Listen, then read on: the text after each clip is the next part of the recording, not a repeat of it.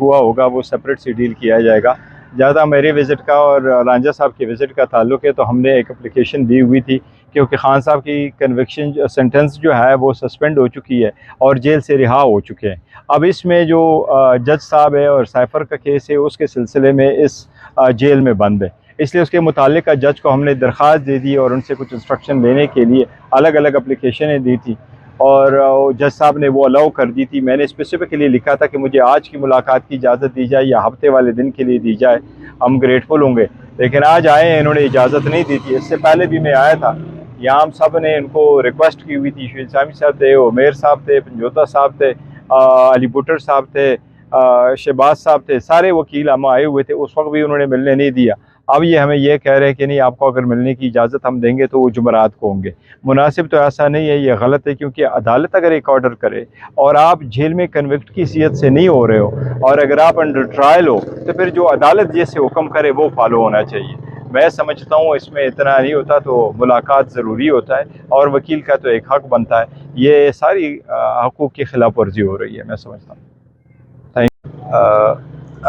जैसा कि आपको पता है जी, कल हमने मुअज़्ज़ज़ अदालत से जो इमरान खान साहब के बेटे हैं सुलेमान और कासिम, उनकी टेलीफोन पर बात करवाने का स्पेसिफिक ऑर्डर लिया और जज साहब ने इनको डायरेक्शन दी जेल अथॉरिटीज़ को कि उनकी टेलीफोनिकली बात करवाई जाए।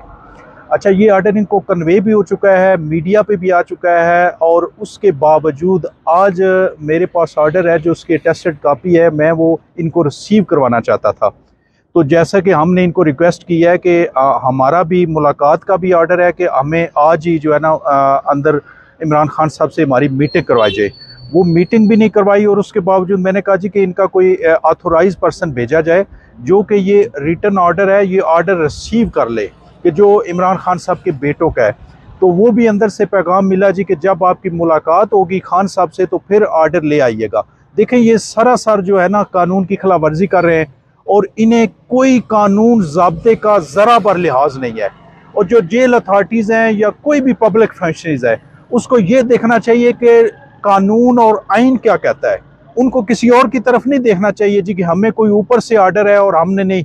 अगर उन्होंने कोई गैर कानूनी ऑर्डर मानने हैं तो मैं समझता हूँ कि उनको रिजाइन कर देना चाहिए, उनको नौकरी छोड़ देनी चाहिए।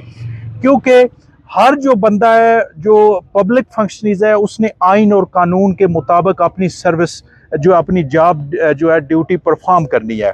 और ये आजकल जो है मैं समझता हूँ कि ना कोई कानून नजर आ रहा है ना कोई आइन नजर आ रहा है। वो कहते हैं जी हमें ऊपर से ऑर्डर है, जहां भी चले जाएं वो कहते हैं जी ऊपर से ऑर्डर है। देखना यह है कि इज्जत और जो रिज़्क है वो अल्लाह के हाथ में है। बीइंग मुस्लिम हमारा एक फेथ होना चाहिए। हमें जो रोजी रोटी मिलनी है अल्लाह की ज़ात ने वो वादा किया वो हर बंदे को, हर इंसान को मिल रहा है। तो मैं समझता हूँ कि अभी एक ऐसा स्याह बाब जा रहा है जिसमें हर इंसान को अपना किरदार अदा करना चाहिए। अगर कोई पब्लिक फंक्शनरी है तो वो अगर कोई ऐसा कानून के खिलाफ ऑर्डर है तो वो उसको रिफ्यूज करे, कोई उसकी मौत नहीं आती। और अगर आइन और कानून की खातिर मैं समझता हूँ किसी की मौत भी आ जाए तो वो शहादत है। और मैं हैरान हूँ, गैर कानूनी पर्चे दर्ज किए जा रहे हैं, खवातीन को उठाया जा रहा है, कोई आइन कानून नहीं है। अगर ये रूल की बात करते हैं तो जेल मैनुअल का रूल 554 है, उसमें वाज़े लिखा हुआ है कि अंडर ट्रायल प्रिजनर जो है वो छुट्टी के अलावा संडे या पब्लिक हॉलीडे के अलावा 6 दिन में 6 बंदे एक टाइम में मुलाकात कर सकते हैं अंडर प्रिजनर के साथ। तो ये कहते हैं जी कि अभी फलां दिन आ जाएं, फलां दिन ना आ जाएं, तो मेरा ख्याल है कि ये बहुत बड़ी ज्यादती हो रही है। इसमें मैं समझता हूँ कि पूरी कौम को, पूरी पाकिस्तानी अवाम को इसके लिए आवाज़ उठानी चाहिए। अगर आज ना तब्दीली आई, अगर ये गुलामी से आज हम आज़ाद ना हुए तो मेरा ख्याल है फिर कभी भी नहीं होंगे। और जो ये अशराफिया है, ये जो लुटेरे हैं, ये नस्ल दर नस्ल इस मुल्क को लूट रहे हैं। ये नहीं चाहते कि इंसाफ हो, ये नहीं चाहते कि कानून हो, ये यही चाहते हैं कि ये इनके मर्जी के कानून हो। और जहां तक खान साहब की बात है, खान साहब उन जेल में रहने से उन्हें कोई फर्क नहीं है। वो इतने निडर और दलेर आदमी हैं, वो कहते हैं मुझे 1000 साल भी जेल में रख लो, मैं रहने के लिए तैयार हूं, लेकिन मैं गुलामी को तस्लीम नहीं करता। तो मैं समझता हूं कि हमारी कौम को भी, इन पब्लिक फंक्शंस को भी, इन अथॉरिटीज को भी समझ जाना चाहिए। ये क्यों नहीं समझ रहे कि ये समझते हैं खान पे 200 पर्चे बना देंगे तो खान साहब जो है ना अपने मिशन से हट जाएंगे। वो अपने मिशन से नहीं हटेंगे। वो कहते हैं कि मुझे ये गुलामी की जिंदगी कबूल नहीं है। गुलामी से बेहतर है बंदा जो है वो उसकी गुलामी की जिंदगी तो कोई चीज नहीं है। लिहाजा मैं समझता हूँ कि हमारी पूरी कौम को आवाज उठानी चाहिए। स्पेशली जो वकला बरादरी है, वो कस्टोडियन ऑफ कॉन्स्टिट्यूशन है, वो आइन के रखवाले हैं। अब वकला बरादरी को आवाज उठानी चाहिए। पब्लिक को तो इन्होंने इतना डरा दिया है, एक आम बंदा बेचारा जो है वो पीटीआई का झंडा लेकर निकलता है तो उसको अरेस्ट कर लेते हैं, कोई पीटीआई का नारा लगाता है तो उसको अरेस्ट कर लेते हैं।